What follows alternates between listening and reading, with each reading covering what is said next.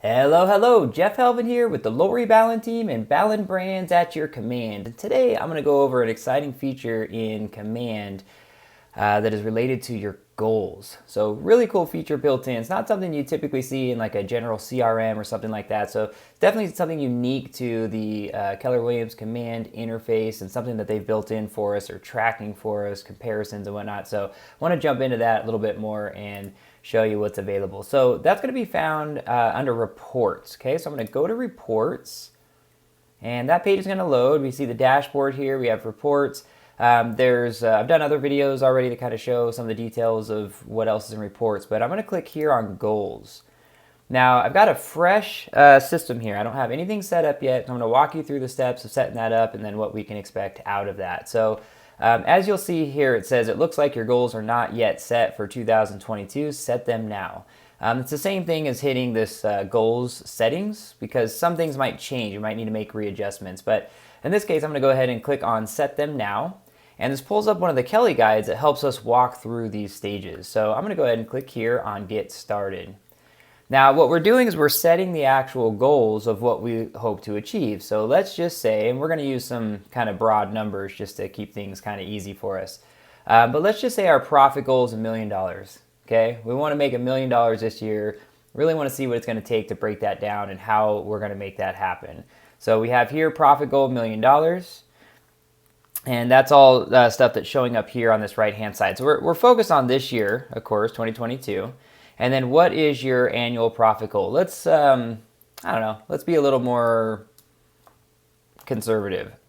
Let's say we want to make $100,000 this year, all right? So that's just something, we're going to put that in there. We're going to kind of see how this plays out for us. Now, we have the ability to set our annual operating expenses, whether it's a percentage of our GCI that we're doing or if it's a fixed amount. In this case, we'll go ahead and do the percentage of GCI. We're going to make some estimates here. And you know, operating expenses are going to be anything from, you know, if you're paying a TC, some of your, you know, advertising, things like just money you spend in the business to help you make this commission, right? We need to track that so that we have some numbers to go off of, right? Some details there.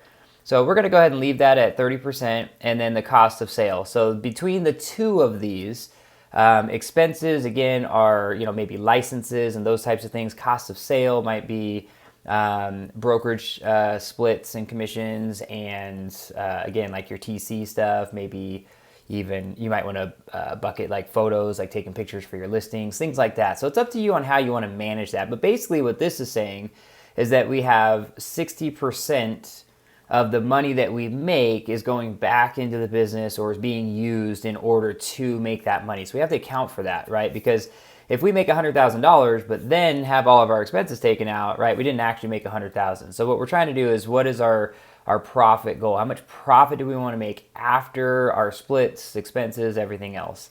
And there's also these little icons here that show you kind of a little more detail. So in this case, expenses are expenses that are made whether or not a transaction takes place. So again, salaries, lead generation stuff, your education, occupancy, all of those things would be that. And it's suggesting that remain below 30%. If you're spending more than 30%, you might want to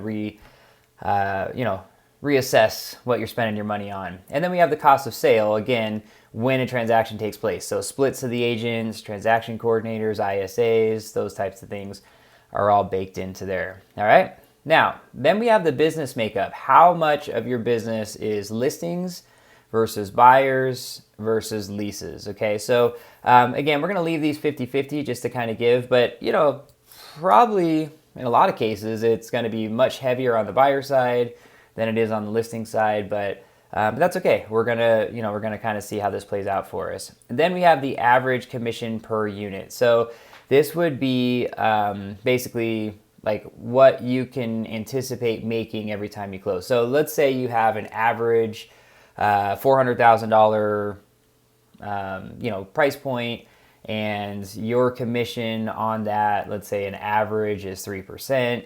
You know, you would do the math here. You would do the 400,000 minus, and in this case I do minus 97%, leaving me 3. So 12,000 would actually be the average commission per unit in that particular case, right? Now in this market at the moment, you know, our commissions are a little lower sometimes. So let's say 400,000 is a new is our average sale, and then maybe it's minus 97.5%. So now it's 10,000 because maybe we're only getting 2.5% commission.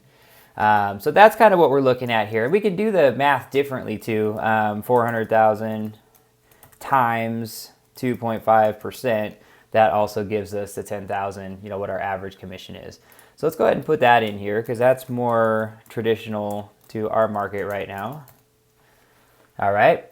Okay, so now I'm going to click next. So you'll see everything's changing over here, to kind of help, put that all into perspective here. Okay, so then we're going to go to, and right now it's even showing you already. So our annual GCI, our estimated GCI that we need to make is 250,000 in order to then, if we take out 75 for this and 75 for that, that would leave us with 100. So again, you'll see it's kind of calculating us through here. So I'm going to go ahead and click next. And here it's updating our goals. Like I said, we can already see that here. Now, this is where we set conversions because it's one thing to say, okay, great, we need to make 250,000 in GCI, but how do we get there, right? What's it going to take? So we want to put what we think our actual conversion percentages are. So the number of contacts that turn into leads, the number of contacts that, we get an appointment set to appointment kept, right? We go through this whole, funnel here. So here's an average, kind of some estimates, and we can leave those unless we know better. If 5% of our contacts turn into leads, if that's how we know, then we know to get so many, we're going to play that out here. So your numbers might be different, and you're going to actually see that Command will track this for you throughout the year as well. So it's really, really cool feature.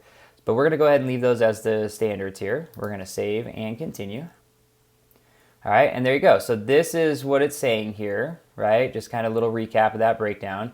And then now we can review our new goals. We can go back, make some changes and so forth. But this is going to help us break down more when we get to the point of actual numbers. So let's click what's next.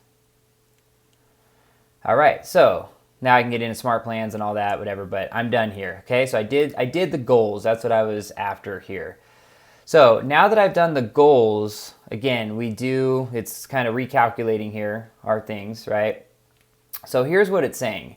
In order for me to achieve $250,000 in GCI, I need to generate 31,556 contacts into the database. Again, this is based on kind of those average conversions.